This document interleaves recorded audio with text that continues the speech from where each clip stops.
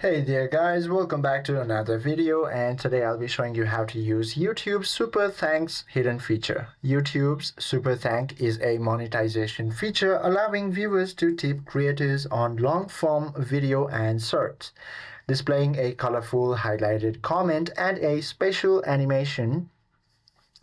It works on mobile and desktop, enabling viewers to give amount from $2 to $50 to stand out, with creators getting a 70% share.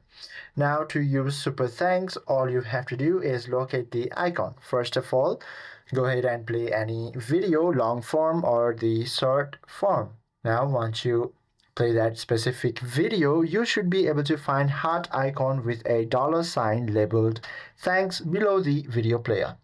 However, this is not available because the user has not yet enabled this feature, but it should be over here. Now, once you click on it, choose your amount: $2, $5, $10, or could be more. And once you click buy and send to complete the purchase, a distinct colorful comment will appear which creators can heart or reply to. And that is how you can use this feature, guys. I hope this video helps you out a lot. If you have any questions or queries, please do comment down below.